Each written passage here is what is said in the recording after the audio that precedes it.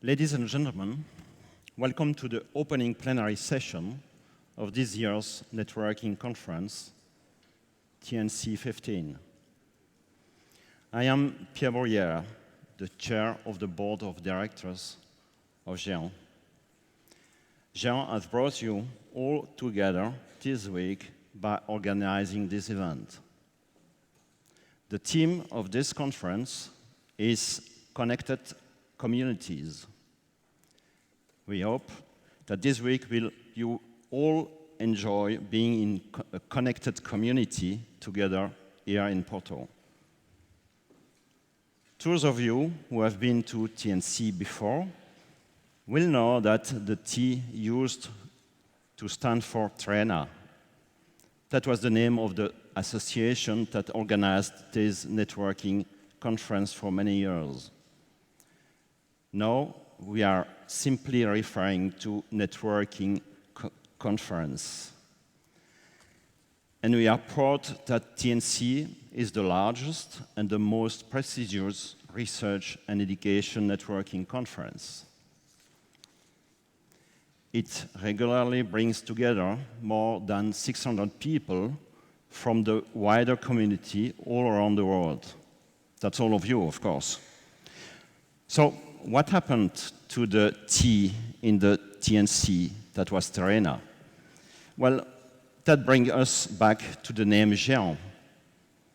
It's a name many of you will have known for years, the name of the Pan-European Backbone Network, the name of the major European project in which many of you have worked together. Both were managed by the company Dante on behalf of the participating National Research and Education Networking Organization, the NRNs. But now, the name Géant does not refer to only that project or the network. Géant is the organization that resulted from the joining together of TRENA and Dante, known for a short while as the Géant Association. The organization that managed the project, the network, and many other projects and activities. They say that pictures say more than words ever. So let me explain in this way. Please, the video, please.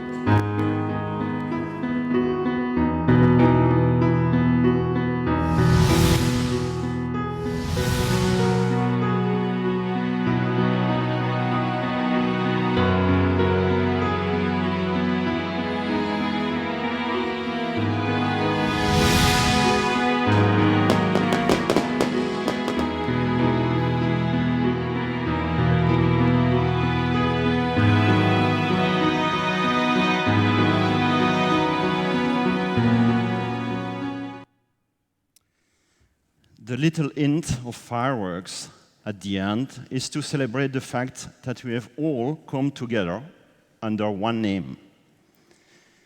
And in doing that, we have entered a new phase in our almost 30 years of research and education networking collaboration. This evening, at the opening reception, we will have a more formal celebration. And we will raise a glass together to toast this new phase. In the meantime, we offer you this gift. So when you are traveling and drinking from this, you can remember us and our connected community. These travel mugs were available as you came into the plenary hall just now. If you miss it, you can get one by going to the Géant booth in the exhibition area.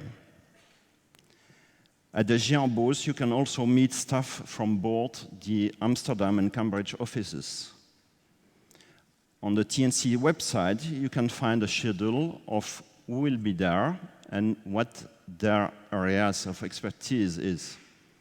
So please do go there and talk with the staff and find out more about all the activities that Géant offers. Now thought it's time to turn our attention back to this session and really get tnc15 started. We are delighted to be hosted this year in the beautiful city of Porto. And I'm pleased to introduce Felipe Araujo, who is Councilman of the city of Porto, to formally welcome us all. Felipe.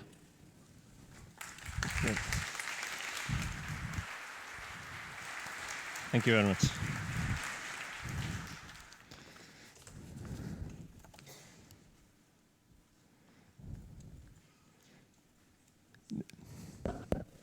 Dear Secretary of State of Science of Portugal, dear Chair of GEN Board of Directors, dear President of FCCN, distinguished participants. Well, I would like to start by saying that it's a great pleasure to welcome you all in Porto. Porto is a European medium-sized city with 250,000 inhabitants, but it's also a center of the large metropolitan area with almost 1.8 million inhabitants. Furthermore, Porto is a city with 2,000 years of history, recognized as UNESCO World Heritage. For 2,000 years, we have been developed a resilience capacity recognized in Portugal, and we have learned how to do some things well. Now, some of them well known all over the world. But that's not all. Porto presents very interesting indicators for quality of life, resulting from uncommon safety levels, its human and welcome characteristics, its multicultural and entrepreneur character. At the moment, tourism is very relevant for Porto, for what it represents as international projection, for the inside and outside investment it enables, and the job opportunities that it raises. But tourism is not an end, and what we really want is to become a reference for quality of life. Our actual goal is to enable our citizens to live better and better. But why is Porto any different? It's because of our historical and monumental heritage? Definitely it is, but it's for our bordering river, rich in history and producing the best wines in the world? That's too. It's because of the beaches that we have with blue flags? Of course, that as well. And it's, for example, for our skilled human resources. Yes, we are surrounded by 3 of the largest universities in Portugal, and they are very well ranked. But today, Porto is known for a different factor that links every landmark of society, giving it a reason for exist. And that's the factor is culture. The cultural capacity of a city is a differentiating attribute and is as essential for urban life quality, but also a way of projecting the city in the world. And in that matter, Porto, which is a liberal and commercial city open to the world, bears cultural in its genes. And cultural is for us the most erudite manifestation as much as the popular one. As an example of what we consider cultural, I indicate, for example, St. John's, São João, that is a unique festival that will be held in 24th of June, bringing over 500,000 people out of the streets to celebrate in a single way. But culture is also what artists from all over the city produce in their garages or in their abandoned shopping centers, as well as in Casa da Música, which was designed by Rem Koolhaas, a Pritzker awardee, that shares the city with also other 2 Pritzkers, that they are sons from the magnificent Porto Architecture School, that's Isa Vieira and Eduardo Sotomoura. But is also ancient, contemporary and performative art spread all over fantastic museums, theaters and distinctive events such as we held a few weeks ago, the Primavera Sound Festival, that is a contemporary and sustainable music festival that takes place in the city urban park, one of the largest in the country. Cities are meant to be authentic. Cities that experience a significant growth in tourism, as far as we have here, must learn how to preserve their authenticity. That is why we have been trying to adjust policies in order to prevent people from leaving the city, especially the city center and the historical locations, by providing them conditions and supporting urban recovery. Talking about cities without mentioning infrastructure is like building a sandcastle. But Porto has also been working hardly on this field. Currently, Porto offers a very advanced and multimodal transport network, and with a single car you can travel by metro, bus, train, or even use car sharing. We also have very good airport, very good harbor, also very good optical fiber infrastructure in the city, together with our municipal one, that allow us to do several projects. Also, you are in the region, and Porto Northern region is an area of reference for industry, namely when we are talking about the shoe industry, the fashion, information technologies, health, and among others. As a matter of fact, this diversity is one of the northern Portugal's most distinctive characteristics, particularly being Porto a strong entrepreneurship center and an enhancer of the country's economic development. We believe that Porto gathers the necessary qualities to integrate the leading group of European mid-sized cities. The promotion of cities is based on their capacity to support and promote their human capital, namely through strong connections with the academic world. The dynamics of a university are the mirror of the city, of its life, its economy. Furthermore, the dynamics of the university gives us a perspective of the future, a future for everyone in the city, as well as for those who have been born, grown, or studied here, now live all over the world. Within the metropolitan area, with Porto as its central engine, there are 3 major universities and over 70,000 students. This capacity of innovation and creation of top science, combined with characteristics mentioned before, has given rise to a set of very interesting projects in the city. I know that you will be talking about one of these. We have the UPTech, that is our science and technology park of the Porto University that incubates a lot of projects and has created over the last years more than 1,600 jobs for top experts. And now we have also the Future City Competence Center, that is a European-funded project, and it's creating a living lab in the city in which companies and researchers empower the 42 square kilometers of real life in the city.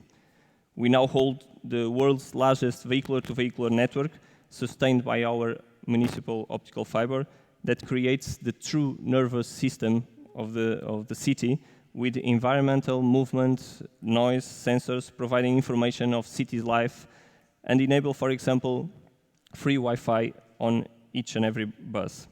We are entering in an era in which citizens have to access to a lot of information, also used by the politicians, the political decision maker, to act upon real and online information, that it's much more transverse. Focus is therefore more and more in data-driven decision making. Nowadays, real competition is no longer between countries, but we believe a lot between cities and their cooperation networks.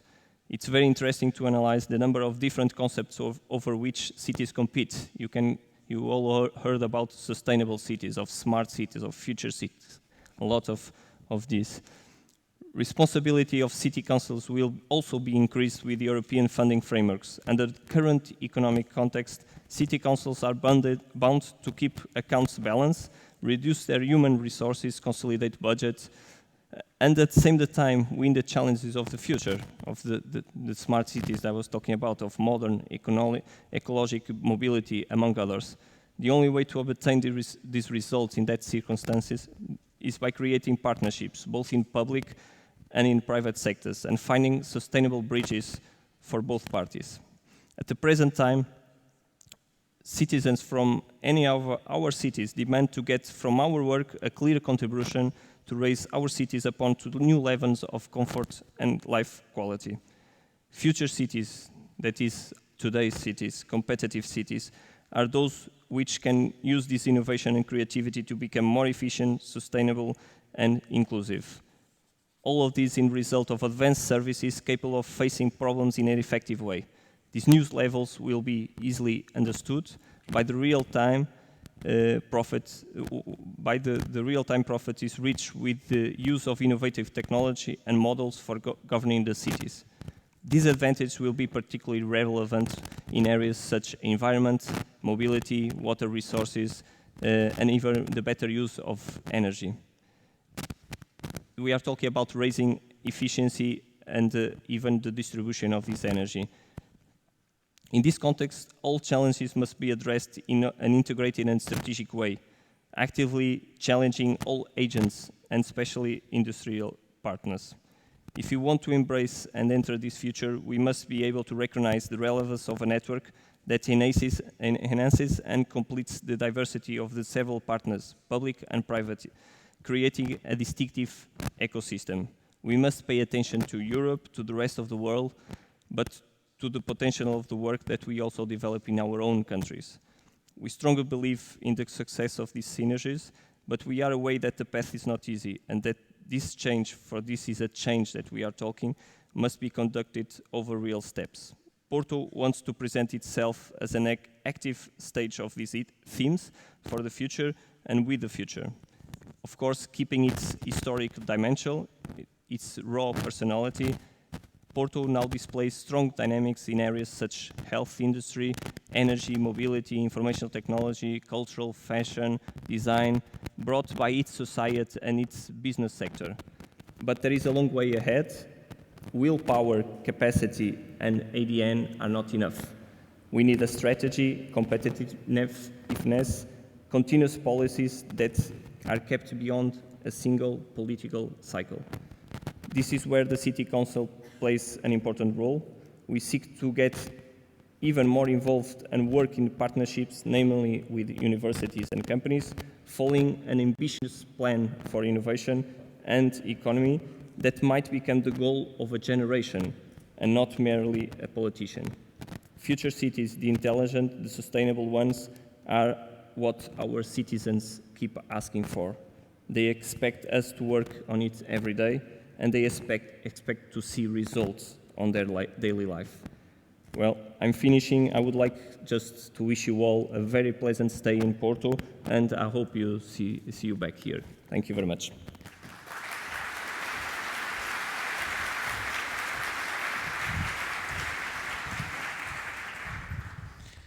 Thank you, Philippe Araujo. Hosting TNC this year is the Portuguese member of GEAN. FCT-FCCN is Portugal's unit for the operation of National Research and Education Network within the funding agency for science and research in Portugal. Here to welcome us, we have João Nuno Ferreira. I'm trying to do it correctly. So please, João.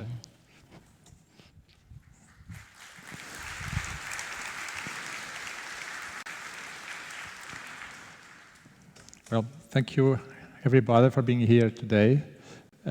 Professor Maria Armenia Carrondo, the president of the board of FCT, could not come, so she asked me to replace her. Very quickly, it's really nice to be this happening finally. The original idea of presenting candidacy to Trena to bring the TNC to Porto was started 2 years ago. And now here we are, and I hope that it's a very fruitful event with you sharing all these ideas and promoting new services and innovation.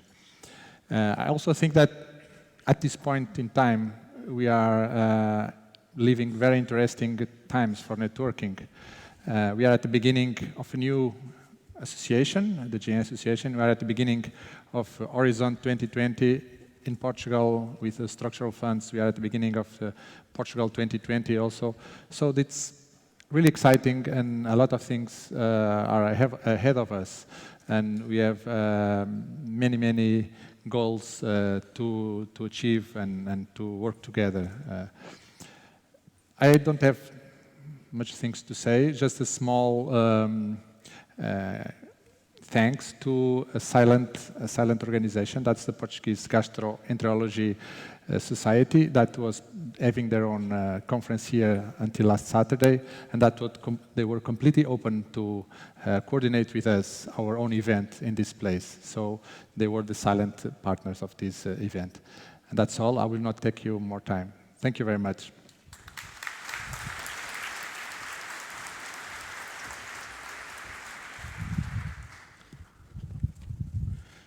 Thank you, John. Of course, the whole reason why we are here this week is to share ideas and knowledge that ultimately led to technologies and services that benefit research and education. So I'm delighted that the Portuguese government Secretary of State for Science has joined us today, Maria Leonor Parreira.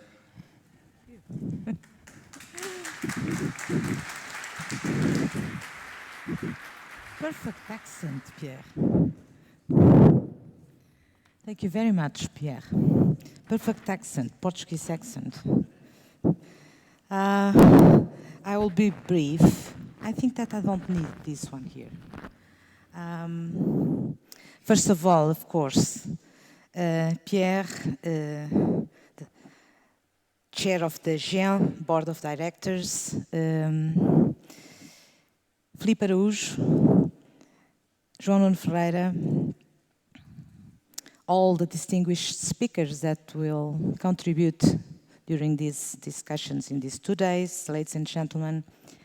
It's, of course, a great pleasure for me to be here in the 31st edition of the Turin Networking Conference. We had you 15 years ago, in the year 2000, then in Lisbon.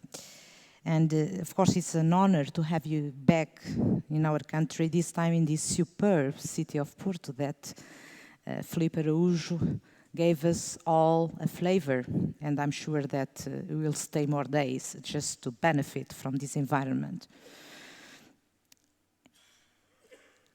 We all know that innovation and technology have long played a key role in citizens' lives, but never have they shaped our society as they do so today. Technology is deeply embedded in our way of life and has shaped our achievements in all areas, without exception. And of course, we all must continue planting the seeds for the future. Research is nowadays highly transnational and interdisciplinary. It relies more and more on highly sophisticated supranational digital infrastructures capable of generating, storing, and analyzing enormous quantities of data. Indeed, many claim that the greatest challenge of this century for education, for science, is precisely to convert this flood, this amount of information that we are accumulating, and to convert it, information, into knowledge. The scope achieved through the European dimension in the construction, use, and management of infrastructures, including digital, will be a significant contribution to Europe's increasing competitiveness in the world. Digital infrastructures, such as national research and education networks, of which FCCN is part of, provide ICT-based infrastructures and services that support and promote a broad range of scientific disciplines, from the life sciences to the social sciences and humanities. They also provide support to core scientific values, such as openness, integrity, and reproducibility of scientific research.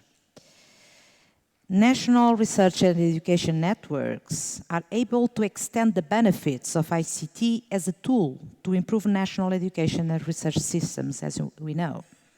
They achieve these by reinforcing the development of technical expertise and building capacity in ICT, which helps sustain this drive and connect communities and countries to the rest of the world. The Portuguese NREN is one of the 40 research infrastructures included in the first ever Portuguese roadmap of research infrastructures that was completed in 2014 and carried out by FCT. The inclusion in the roadmap will hopefully allow the Portuguese NREN to become a national hub of international infrastructures, particularly those included in the S3 map. I couldn't miss this opportunity to thank all those at FCCN for their excellent, superb work and contribution to the progress of science and education in Portugal over the years. Now you are merged with the Foundation for Science and Technology, with less uncertainty in terms of public funding, because of course it is of utmost importance that public funding can continue and hopefully increasing to support FCCN. Of course, initiatives like TNC are important for the promotion of open discussion, we heard that, dialogue and interaction between various stakeholders, thriving for continuous improvement and to find the best approach to next generation challenges and current generation challenges as well for research and higher education. I sincerely wish that the event is fruitful, enjoyable, and again, I express my warmest thanks to the organizers and all the participants. Thank you very much.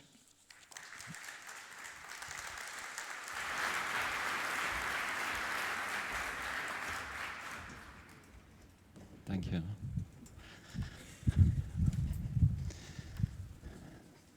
Thank you, Maria Leonor Pereira. Earlier, we heard about one reason why tnc15 is special, as it is the first TNC under the new Géant banner. But there is another reason. Every TNC depends on the generous donations of sponsors in order to achieve all its goals. I take this opportunity to say thank you to them all. And it is my very great pleasure to introduce to you the platinum sponsor of TNC15, Rodney Wilson of Siena Corporation. Rodney.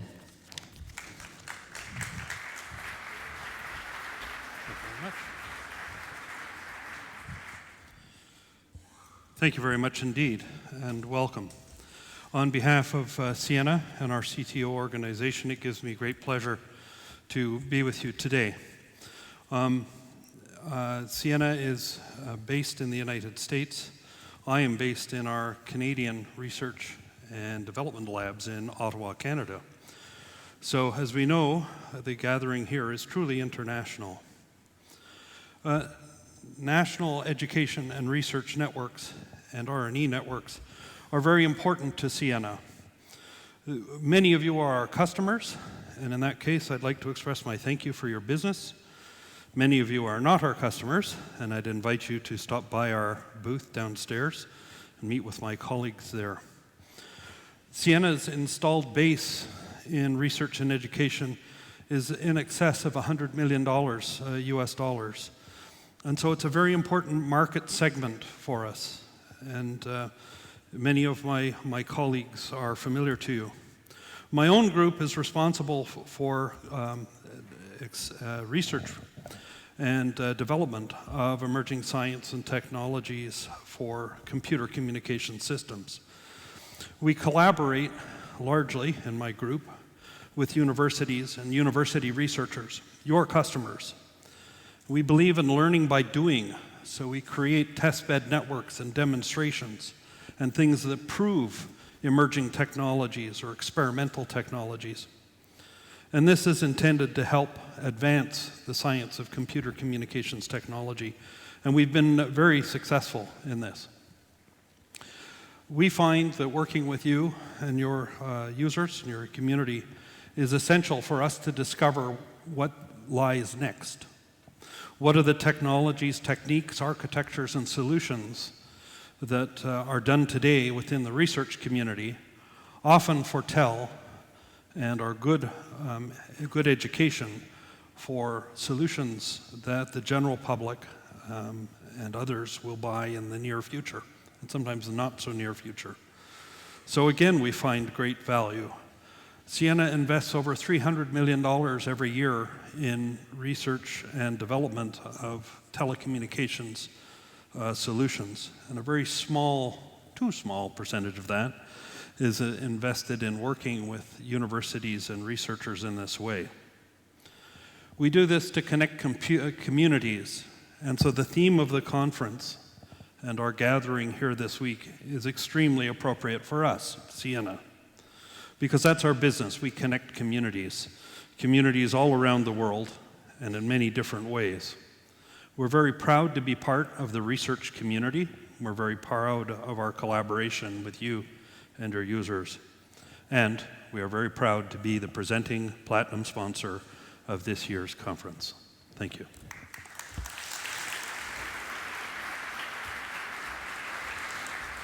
Thank you, Ron. Thank you, Ronnie. Our final welcome speech comes from a person who has been very important for this year's conference, Klaas Wieringa, chair of the tnc15 program committee. Klaas. Thank you.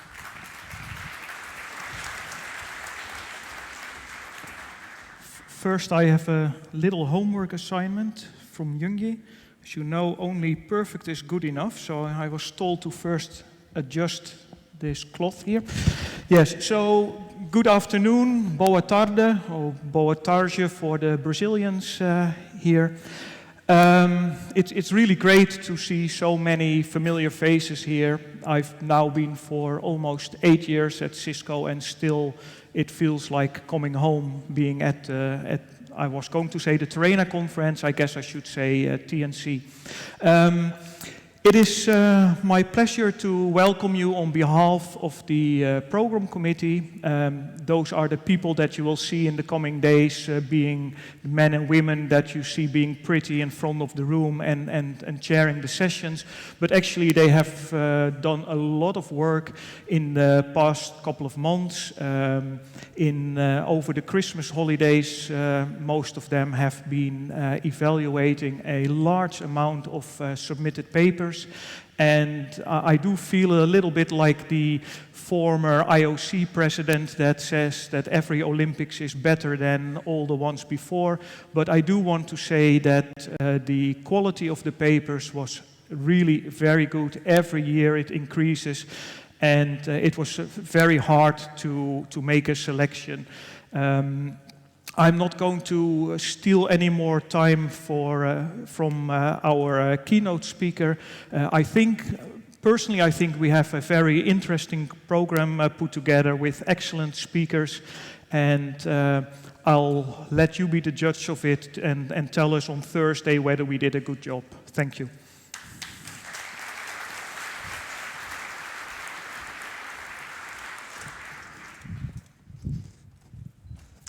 Thank you, Klaas. Okay, and now the moment we have been waiting for.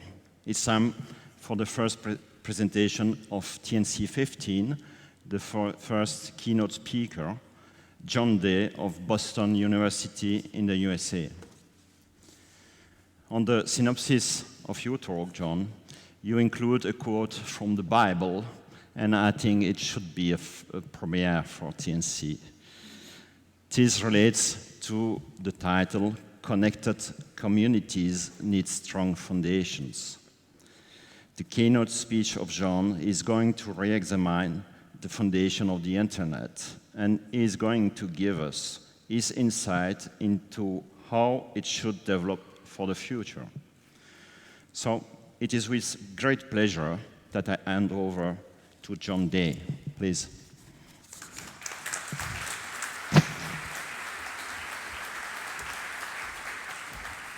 All right, thank you. Yeah, when I went to write that abstract, that phrase jumped into my head, and it was the last thing I ever thought I'd quote.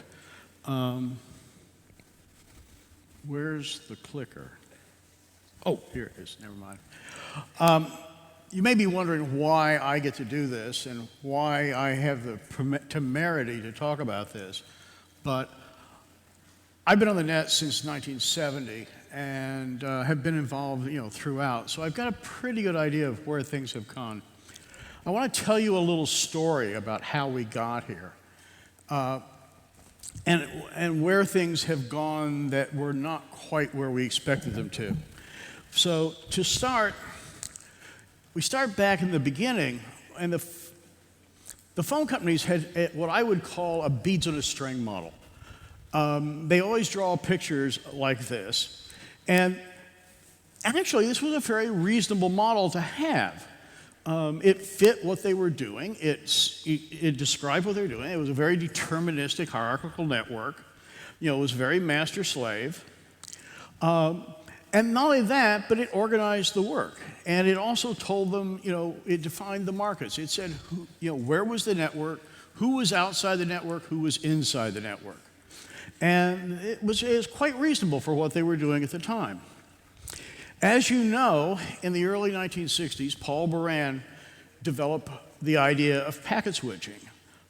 He was doing a series of reports for the DoD, and he recognized that data networks would be very different than voice networks. That data networks were bursty and short-lived connections, whereas voice connections were continuous and long-lived. And Donald Davies came across the same idea about that time in the UK at the National Physical Laboratory. The idea was that data would be broken into small packets and sent across the network. And this was the idea of packet switching, of course. In the late 1960s, ARPA decides to build one of these networks to lower the cost of research. But was packet switching really the major breakthrough? I contend that it depends on how old you were. If your formative years had been with telecom, then this is a really revolutionary idea. I mean, why would you send little things in little packets? But if you're just a little bit younger and the inflection point is just a few years, and you grew up on computers and somebody says, well, we want to send messages through computers, and you say, well, what do we do? Well, it's in a buffer. I'll pick up the buffer and send it. I mean, what could be more obvious? And that's probably why this was independently invented more than twice, more than just the two I've mentioned. But there was a much more radical idea coming because there was this crazy man in France. They're always in France. And his name was Louis Pouzin. And Louis looked at this stuff and he says,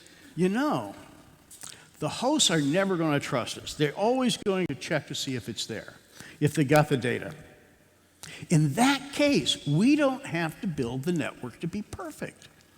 And he comes up with this idea of Cyclade. And in Cyclade, the whole idea they develop this with layers is that the data link layer is going to correct media errors and make sure they're not propagated to a wider scope. The network layer would do relaying, and then the transport layer would recover from losses due to congestion and maybe the odd memory flip that happened while it was being relayed. Louis also said, so why do we have to stay with this idea of connections? Why don't we let all the packets just sort of float through the network as they want? We'll put them back together at the other end. And so the whole idea of a datagram network is born. And this really creates a whole new paradigm of networking. Very different from what we'd had before. First of all, I want to take a little note about layers. The controversial thing, and I've only recently begun to understand where some misconceptions were. This packet switching stuff required very complex software. And in those days, the complex software everybody was looking at was operating systems. And everyone was very taken by Dijkstra's paper on THE. and where he used layers to organize the operating system. And this really sort of caught all of our fancy. But here, it's mainly used for modularity. In fact, it's almost just a convenience, for controlling complexity, which is what most of you have been taught in school. But in networks, layers are a necessity.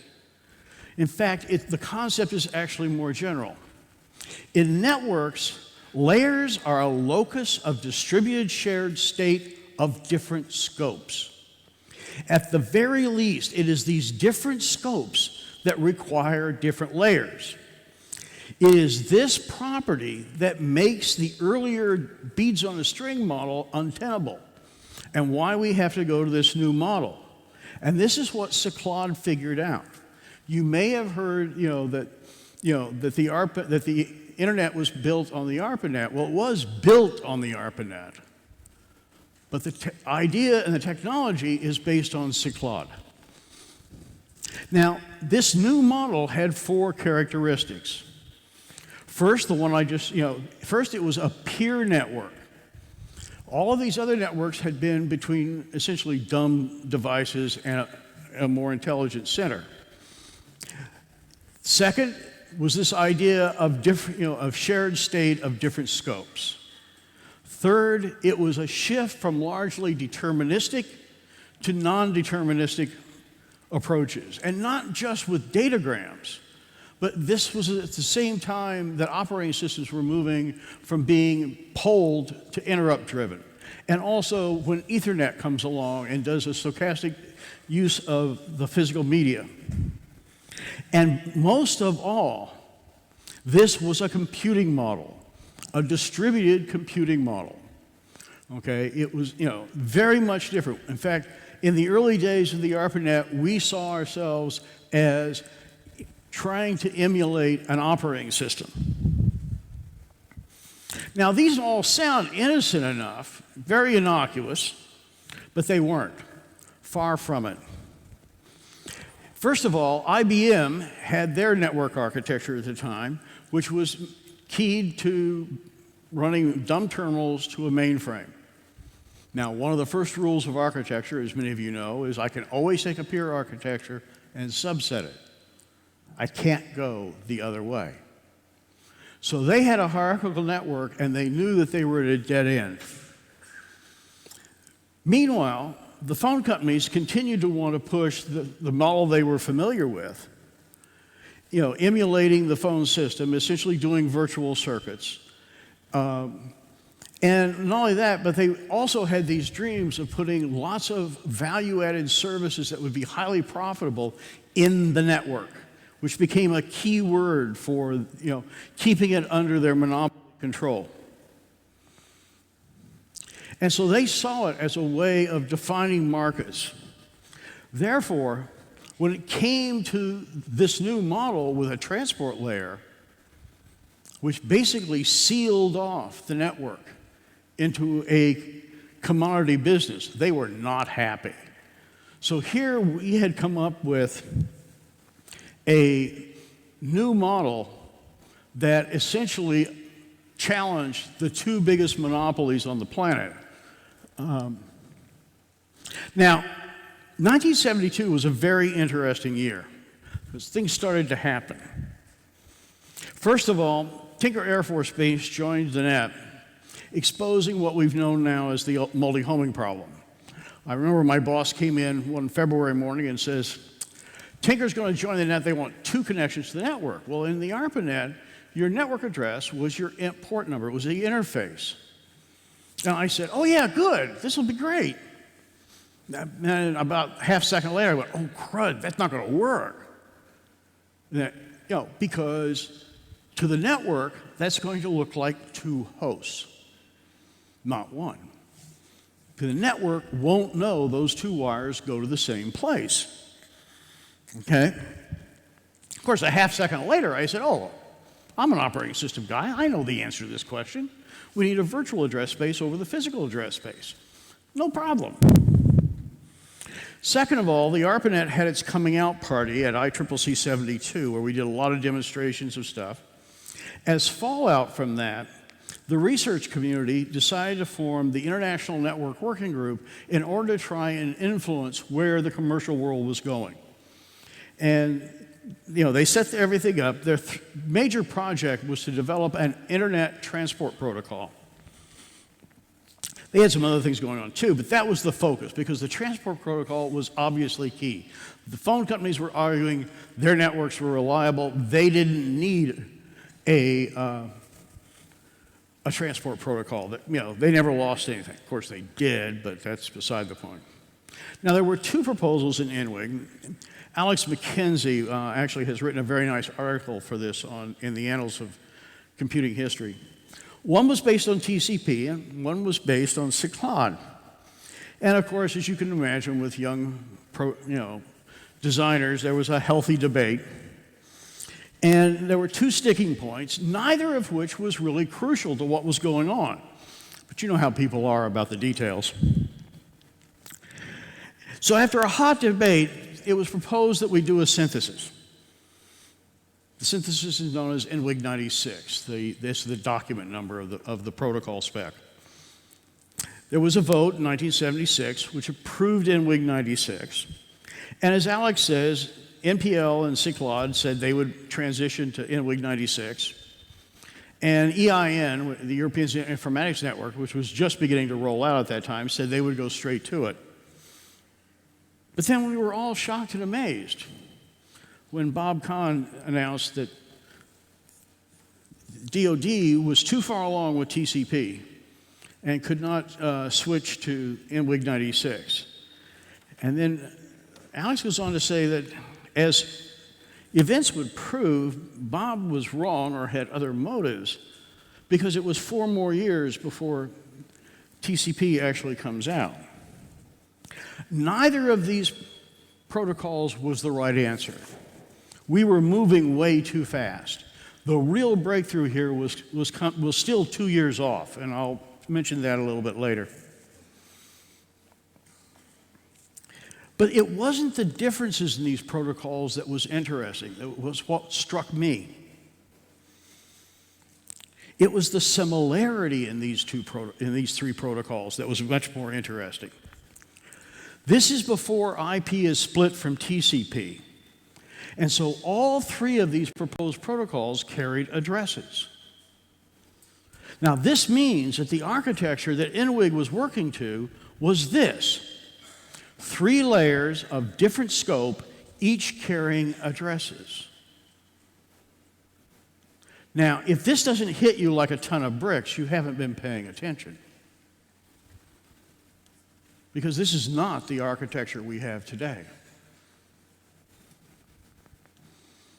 INWIG's model, INWIG's internet model, was an internet layer addressing hosts and internet gateways over multiple networks, say of different scope, possibly different technologies, addressing the hosts, networks, the network's routers, and its gateways. And then, of course, a data link layer below that. The internet lost a layer. So what layer did they lose? Well, it's not exactly obvious. I mean, at first glance, you might say, well, they lost the network layer and everything else just dropped down. After all, the protocol is called IP. But IP addresses name the interface, something in the layer below, just like ARPANET addresses did. At best, IP names a network entity of some sort. At worst, a data link entity.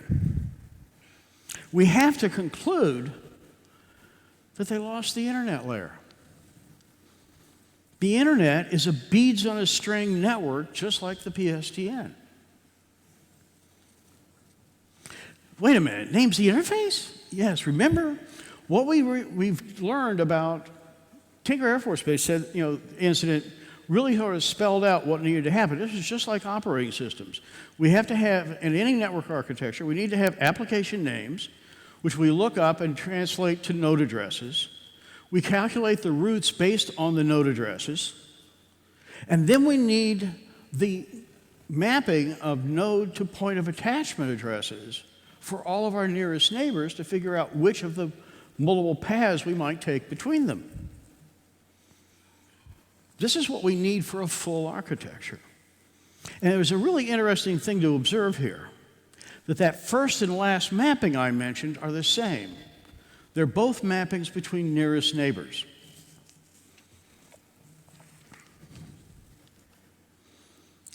Okay. Now, what about the internet? Well, in the internet, all we have is point of attachments. We don't have node addresses. We don't have application names. Domain names are essentially macros for IP addresses. Sockets are essentially jump points in low memory. And by not doing this, this makes router table size 3 to 4 times larger than it needs to be by naming the interface.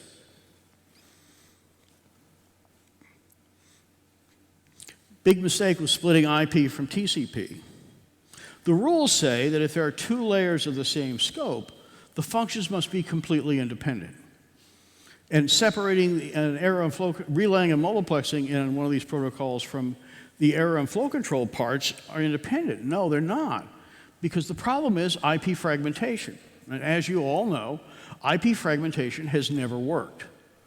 It may look like it works on the surface, but of course the problem is that if you get a fragmented message to the other end and one of the fragments is missing, TCP is going to retransmit.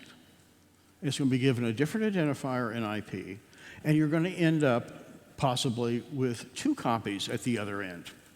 And you won't know you have 2 copies. So what is it, and of course there is a fix for this today. It's called MTU discovery, which I think is a bit like saying, this is the equivalent of doc, it hurts when I do this. Well, then don't do it. But this is not a big problem. But if you're a designer, this is just exactly the kind of thing that makes you a little suspicious. So you go back and take a look. And the problem arises because there's a dependency between IP and TCP. If a careful analysis of this class of protocols shows that they naturally cleave between control and data, that all of the mechanisms in the protocol that have to be with the data are very simple and all they do is update a state vector. All the feedback mechanisms read the state vector and have very little interaction with the data transfer. They just turn off a queue once in a while. In fact, what we notice is if we split the protocol this way instead of this way, the fragmentation problem goes away. It's never there. The conclusion is we really wanted a protocol that looks like IP combined with UDP and control rather than IP and TCP. IP was a bad idea. Are there other implications? Well, actually, yes. Before I do that, I have to stop and make it. I said that the innovation in protocols was still 2 years off. And this is made by a guy by the name of Richard Watson, who was at Lawrence Livermore. He proves that the necessary and sufficient condition to synchronize a protocol is to bound 3 timers. That's it. You just bound the 3 timers.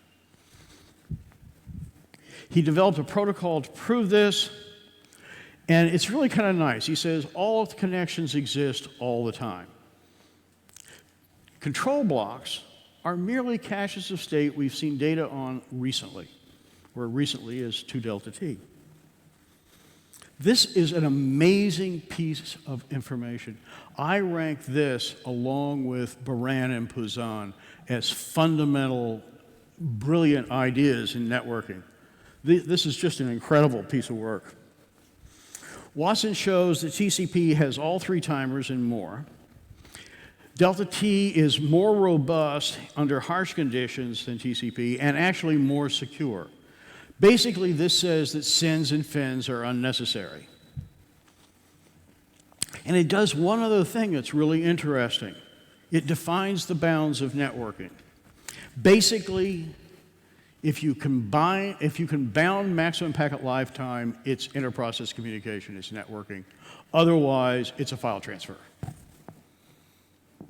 But now, what else does this imply? What else happened here? Well, we had a chance to get things back on track with a full addressing architecture because and early on, we knew we needed application names in some kind of directory. Downloading the host file from the NIC was not going to, it was clearly a temporary solution. So when the time came to automate it, it would be a good time to introduce application names. Well, in the early 1980s, that time came along, only we didn't do it. All we did was define DNS. Now we have domain names, which are, as I said before, are macros for IP addresses. And actually, naming the host has nothing to do with this problem. Then in '86, we have the congestion collapse. This was really quite remarkable because they were caught flat-footed.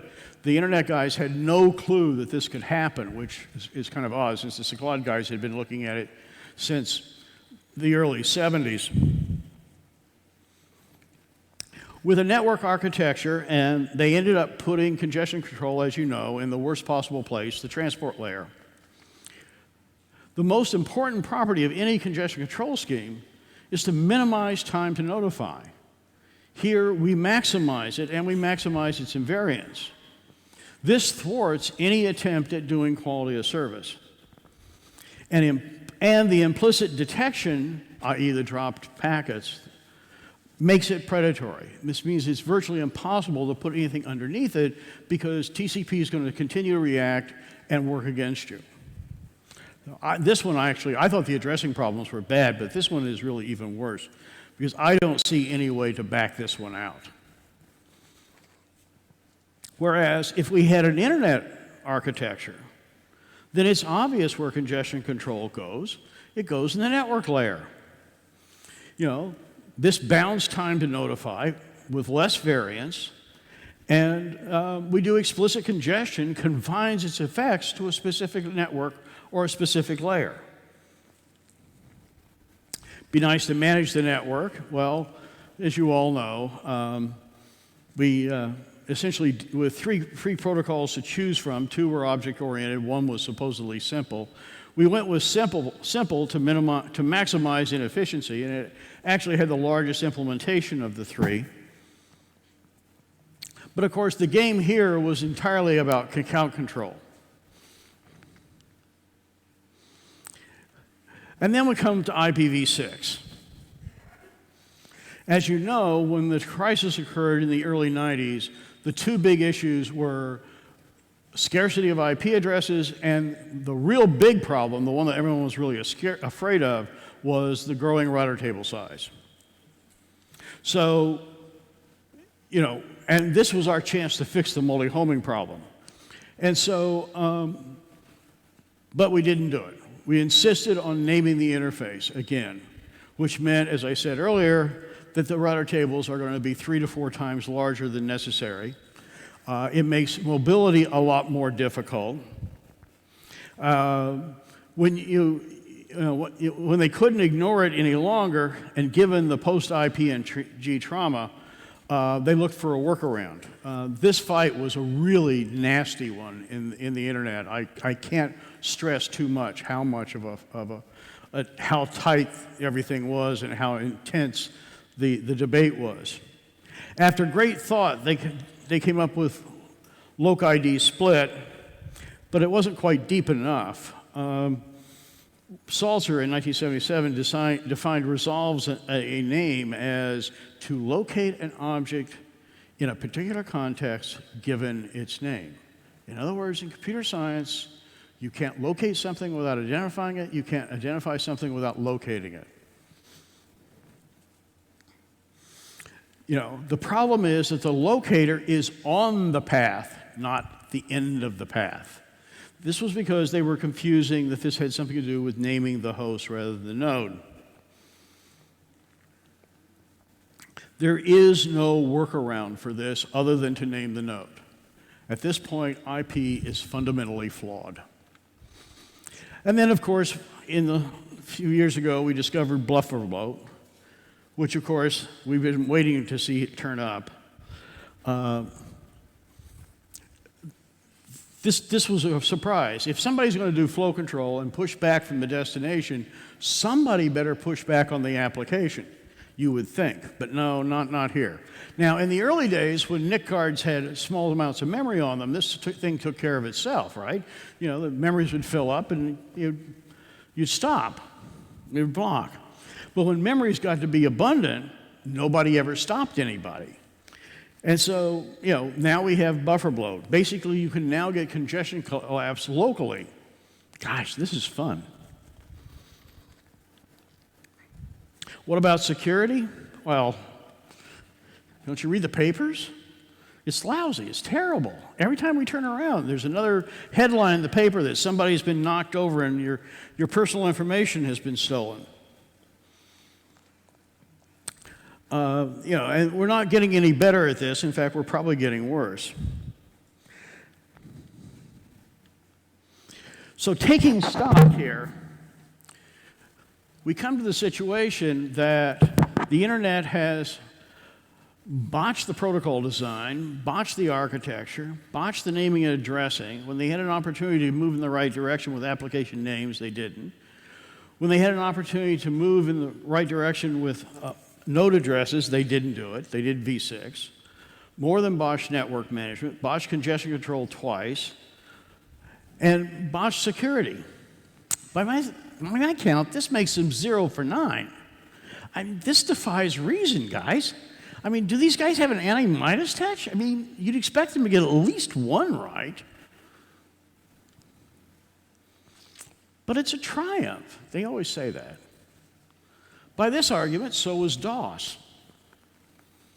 But it works. So does DOS. Still does. I don't use it. As long as fiber and Moore's law stayed ahead of internet growth, there was no need to confront the mistakes or even recognize that they were mistakes. Now it's catching up to us. The net is fundamentally flawed and is basically a dead end. We're throwing good money after bad. Every patch, and that's all we're doing is making patches, is taking us further from where we need to be and making it more expensive and more complex. So what do we do? Well, we started thinking about this a bit ago. You know, the internet had this sort of a model. And then we had the 7-layer model, which actually wasn't quite as clean as 7 layers and turned into that. Something was wrong here. So I went back to the basics. Actually, I hate to admit it, but what I'm going to show you right now real quickly, there's a longer version of this, was actually a teaching tool. I went back and said, I'm going to explain why all the things we have in networks are there. And so I started with showing how inter-process communication worked with 2 applications in 1 computer. And then I went to 2 applications in 2 computers and showed that you need to be able to find the other application, and you need to have an error and flow control protocol to make sure the packets get there all right. And then I went to more than 2 applications in 2 computers, and now we have to have some kind of multiplexing thing to manage the use of the single resource, the wire. And of course, we also have to have some way of identifying, what packets belong to which flows. And so we did that by adding a connection ID. And that was all well and good. And then we go to in computers directly connected. I'm taking this in really small steps, And that just says, well, we just repeat all that stuff, but now we need a little thing that will find, figure out for the application which wire to use, because you really don't want the application to have to know about that stuff. So that's all we need for that. And then we go to, we know this is going to get too expensive. I mean, directly connecting everything is just going to be real expensive. So let's dedicate some things to just relaying, right?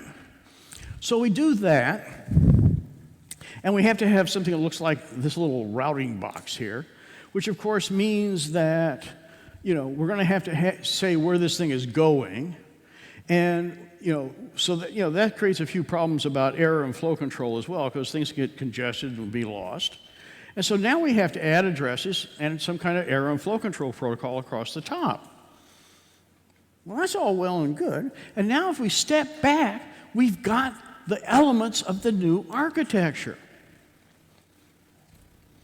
And you're going, right, Day, you just derived the 5-layer model. Gee whiz. Waste of keynote time, right? No, I didn't. What you have here is a repeating structure of one layer with all the same functionality, just doing it for a different range of the problem. There aren't 5 or 7 layers. There's one layer, and it repeats. Networking is inter-process communication and only inter-process communication. All layers have the same function. They just operate over a different scope and range of quality of service and scale. A layer is a distributed application that provides and manages inter-process communication. This yields a theory and architecture that is simple, elegant, and scales. And as you'll see, I'm going to go through how some things work. And every time I do, I'm going to go back and say, what does the model tell us? Not, how do I put it in?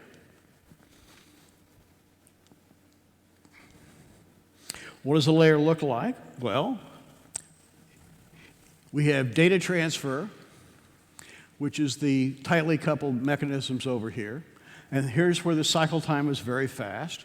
We have data transfer control, where things are a little slower, a little more complex in the calculation. And then we have the layer management stuff, where the calculations are a lot more complex and take a longer cycle time. This is exactly what you want to see in a real-time system. You want to see it naturally decouple into these sorts of things where the right cycle times are exposed or are separated from each other. So this is really kind of nice to see this. What are the protocols? We only need 2. Because we have separated mechanism and policy. And what do I mean by separating mechanism? Well, sending acknowledgments is mechanism. When you send them is policy. And the story I always tell is we always thought we'd do another version of transport for voice because you care about order, but you don't care about gaps. Then one day I realized that no, you just change the ACK policy. You lie. There's nothing in these protocols that says you have to tell the truth. If you've got a gap and you don't care, send an ACK anyway. Who's going to know? So, which also told me we've had the semantics of ACK wrong all these years.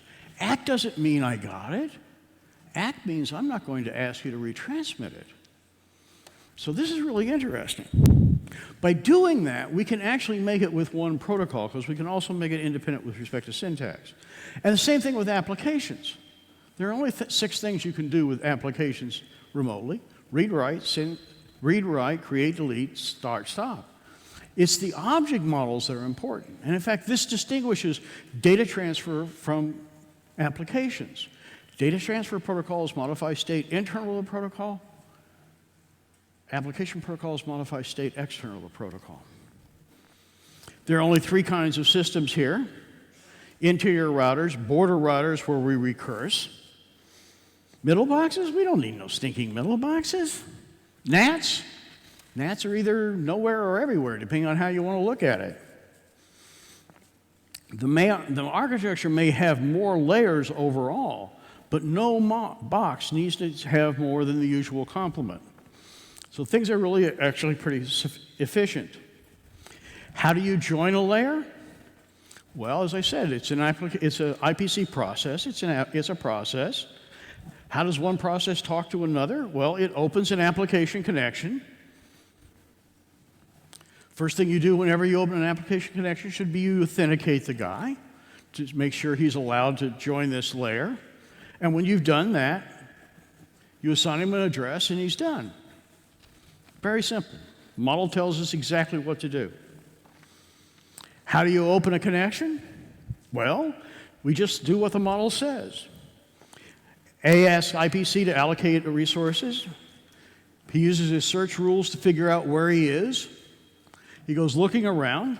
IPC says that we have to go, once we figure out maybe where he might be, we go there to verify that he is, and then we report back. This has multiple advantages. First, we know he's really there. Second, we can enforce access control. We can return B's information. And if B's move, we just keep looking. What's the naming in this sort of a model? Well, we have to name the IPC process name is just an application process like any other, but we also give it a synonym, which is whose scope is restricted to within the layer and may be structured to facilitate its use in the layer. In other words, it's an address. The port ID is the flow allocator's instance. That's what the handle we hand to the layer above. It doesn't go in protocol. The connection endpoint ID is the instance identifier or the data transfer stuff, and we join those together to make the connection ID. This has amazing implications for router table size because now with these multiple layers, we can essentially control the size of router tables at each layer so that we can bound them to be whatever we want.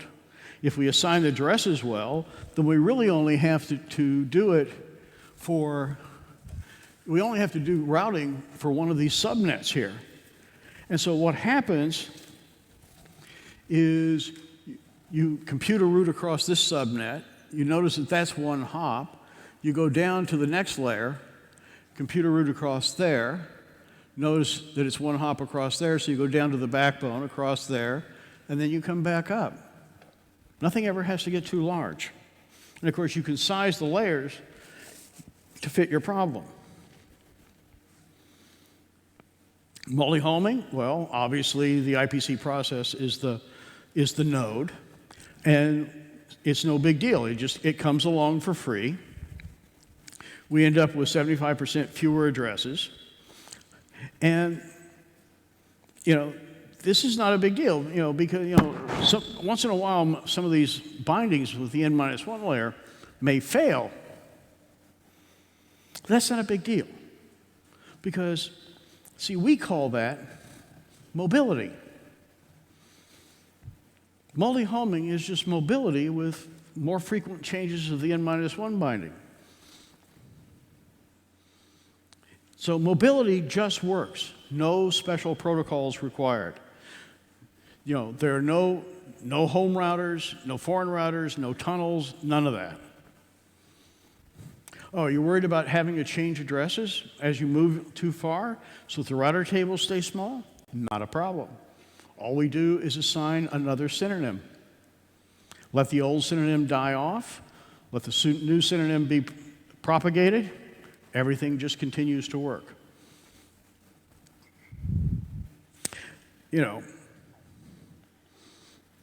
And so mobility ends up looking like this. Not only that, but we can size the layers and give them scope so that the rate of change of addresses is commensurate with of how fast they cross the layer. And so we can make this thing scale very nicely.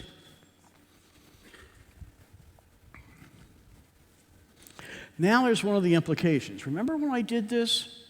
When I was talking about in systems directly connected? This is some of the things that surprise you in this model.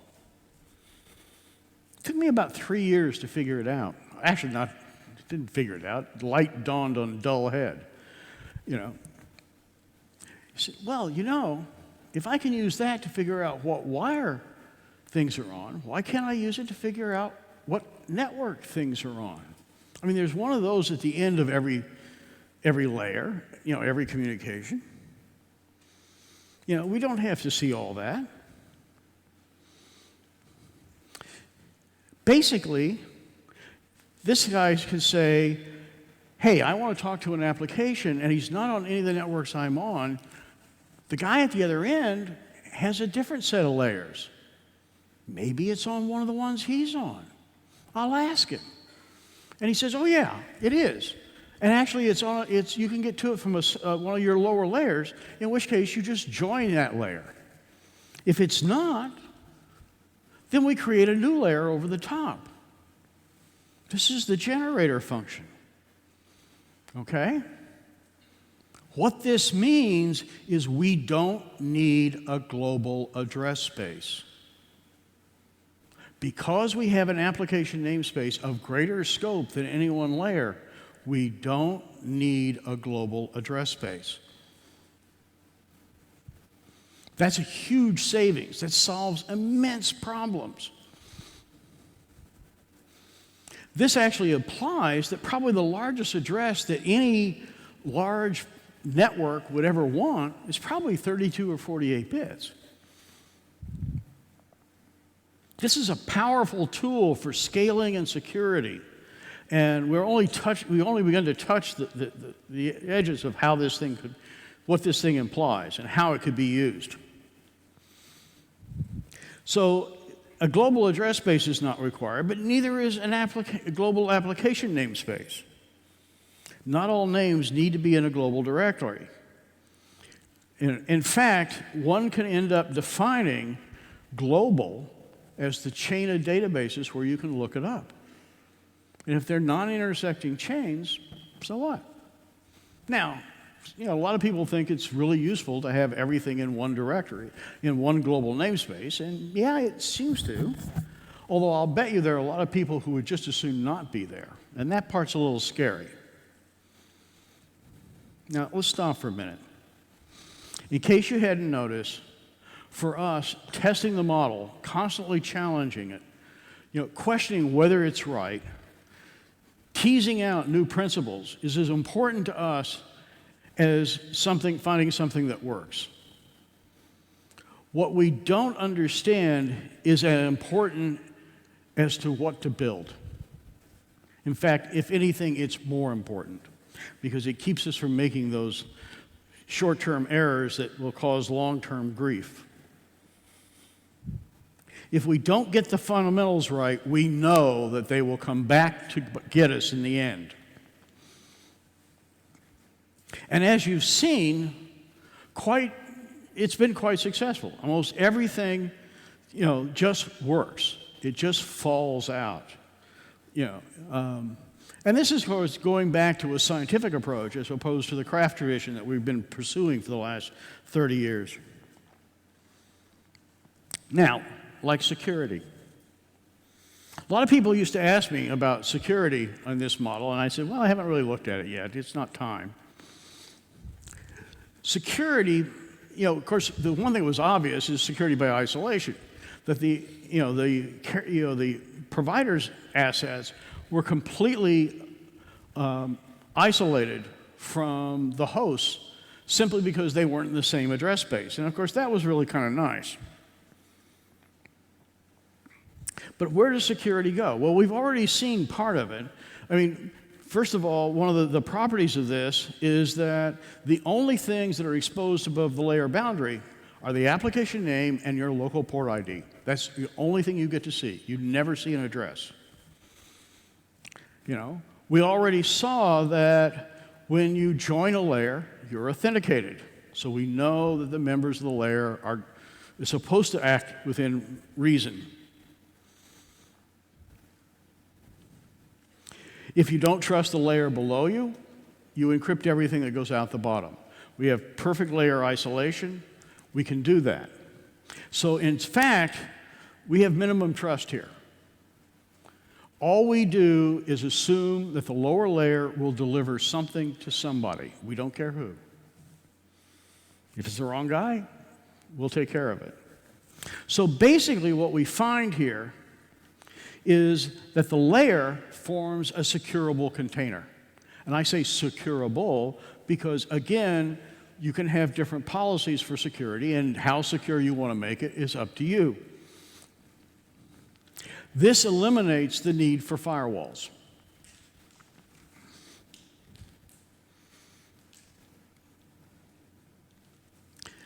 In fact, because we have a repeating structure, the number of things we need to add to do security is far less. And of course, once we've done them for everything. Congestion control, of course, can go in a number of different places, and it's localized to the layer, just like we saw was really necessary. Where does the internet fit in this? Well, the internet, TCP/IP, is basically just an electronic mall that could float across the top of a bunch of ISPs that were doing this. Now, admittedly, the internet's going to be the e-mall in the seedy part of town, with pickpockets and stuff. But of course, that means that we could have lots of different e-malls with different selling points. I mean, we could have, and then also from the user's perspective, this is actually also quite good in that you can go home and lock the doors and close the windows. You don't have to be on any network. And if you decide to join one, you can decide whether your network joins, your PC joins, or your browser joins. You can limit the scope of your exposure. We've been forced, because of actually the diff allocator and figuring out how this stuff goes, we've been forced to sort of back up. And of course, I made the bold statement that a layer was a distributed application that does IPC, and of course that begged the question, what's a distributed application day? And that's led us to essentially a common model that starts with application processes, goes to distributed applications, operating systems, and networks. We're now exploring a unified model for all of this. And it's amazing what of the diff carries over into the distributed applications. There's, the one that's the most intriguing, I mean, the fact that multiplexing and SDU protection, the encryption stuff carries over, that's pretty obvious.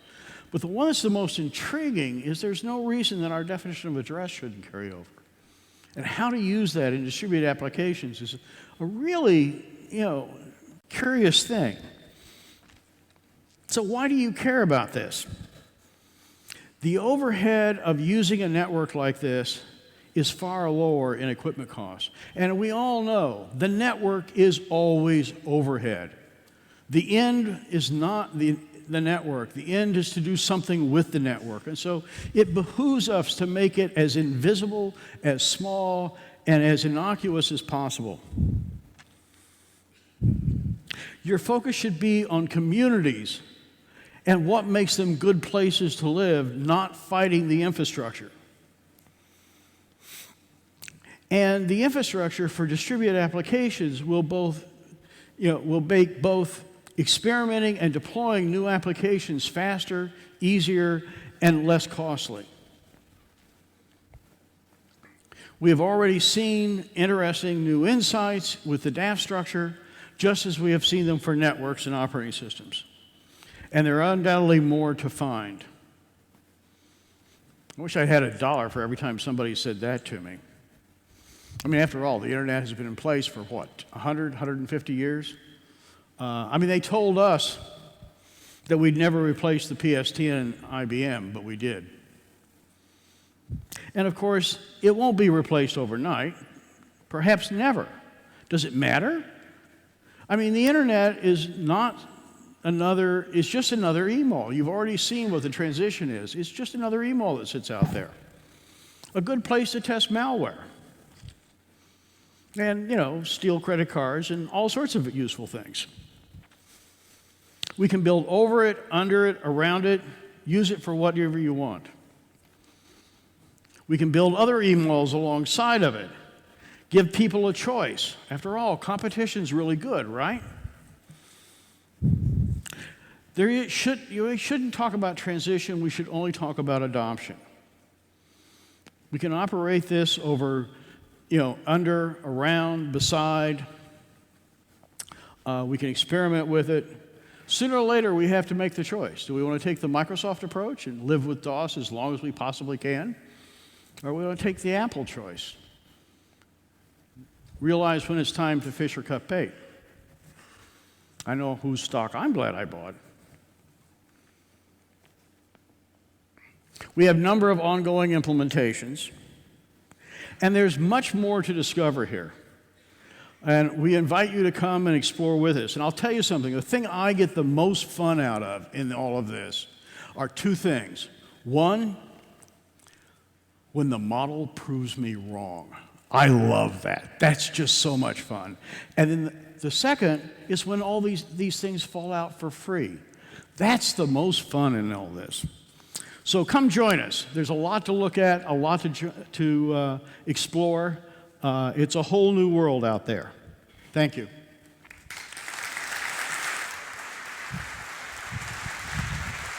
Thank you, John.